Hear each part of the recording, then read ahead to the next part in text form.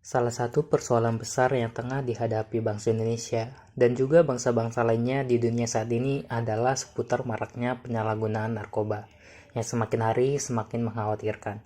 Saat ini jutaan orang telah terjerumus ke dalam lembah hitam narkoba dan ribuan nyawa telah melayang karena jeratan lingkaran setan bernama narkoba. Telah banyak keluarga yang hancur karenanya dan tidak sedikit pula generasi muda yang kehilangan masa depan karena narkoba. Masalah penyalahgunaan narkoba di Indonesia merupakan masalah yang serius yang harus dicarikan jalan penyelesaiannya dengan segera. Banyak kasus yang menunjukkan akibat dari masalah narkoba telah menyebabkan banyak kerugian, baik materi maupun non-materi. Banyak kejadian seperti perceraian ataupun kesulitan lain, bahkan kematian. Bahaya narkoba hingga menjadi kecanduan tersebut memang bisa disembuhkan, namun akan lebih baik jika berhenti menggunakannya sesegera mungkin atau tidak memakai sama sekali. Untuk lebih mengerti dan waspada terhadap narkoba, terlebih dahulu kita harus tahu pengertian tentang apa itu narkoba. Narkoba merupakan singkatan dari narkotika, psikotropika, dan bahan aditif lainnya. Narkotika adalah zat atau obat yang berasal dari tanaman atau bukan tanaman, baik sintesis maupun semisintesis, yang dapat menyebabkan penurunan atau perubahan kesadaran, hilangnya rasa, mengurangi sampai menghilangkan rasa nyeri, dan dapat menimbulkan ketergantungan. Selanjutnya, psikotropika merupakan zat atau obat bukan narkotika, baik alamiah maupun sintesis, yang memiliki khasiat psikoaktif melalui pengaruh selektif pada susunan syaraf pusat yang menyebabkan perubahan khas pada aktivitas mental dan perilaku.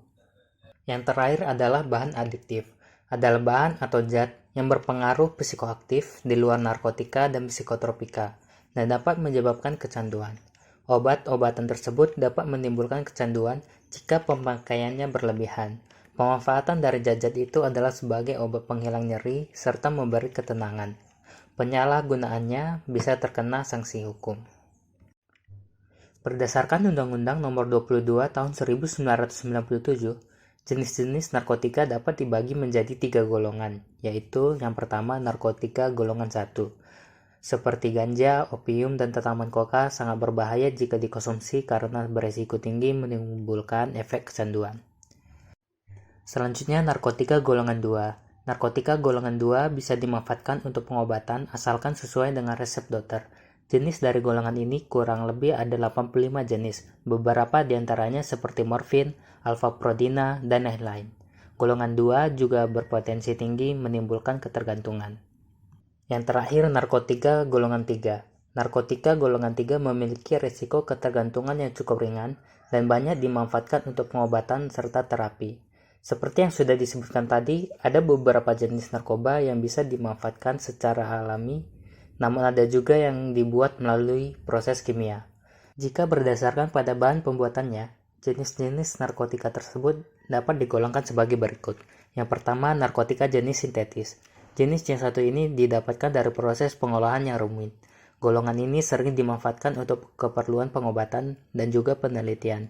Contoh dari narkotika yang bersifat sintetis seperti amfetamin, metadon, dexafetamin, dan sebagainya. Yang kedua adalah narkotika jenis semi-sintetis. Pengolahan menggunakan bahan utama berupa narkotika alami yang kemudian diisolasi dengan cara diekstraksi atau memakai proses lainnya.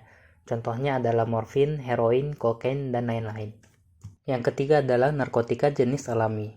Ganja dan koka menjadi contoh dari narkotika yang bersifat alami dan langsung bisa digunakan melalui proses sederhana.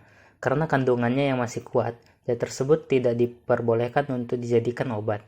Bahaya narkoba ini sangat tinggi dan bisa menyebabkan dampak buruk bagi kesehatan jika disalahgunakan. Salah satu akibat fatalnya adalah kematian. Berdasarkan efeknya, narkoba bisa dibedakan menjadi 3, yaitu yang pertama depresan, yaitu menekan sistem syaraf pusat dan mengurangi aktivitas fungsional tubuh sehingga pemakai merasa tenang, bahkan bisa membuat pemakai tidur dan tidak sadarkan diri. Bila kelebihan dosis, bisa mengakibatkan kematian. Jenis narkoba depresan antara lain opioida dan berbagai turunannya seperti morfin dan heroin. Selanjutnya adalah stimulan.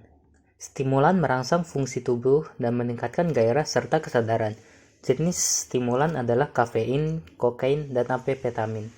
Contoh yang sekarang yang sering dipakai adalah sabu-sabu dan ekstasi. Yang terakhir adalah halusinogen. Efek utamanya adalah mengubah daya persepsi atau mengakibatkan halusinasi. Halusinogen kebanyakan berasal dari tanaman seperti meskalin dari kaktus dan psilocybin dari jamur-jamuran.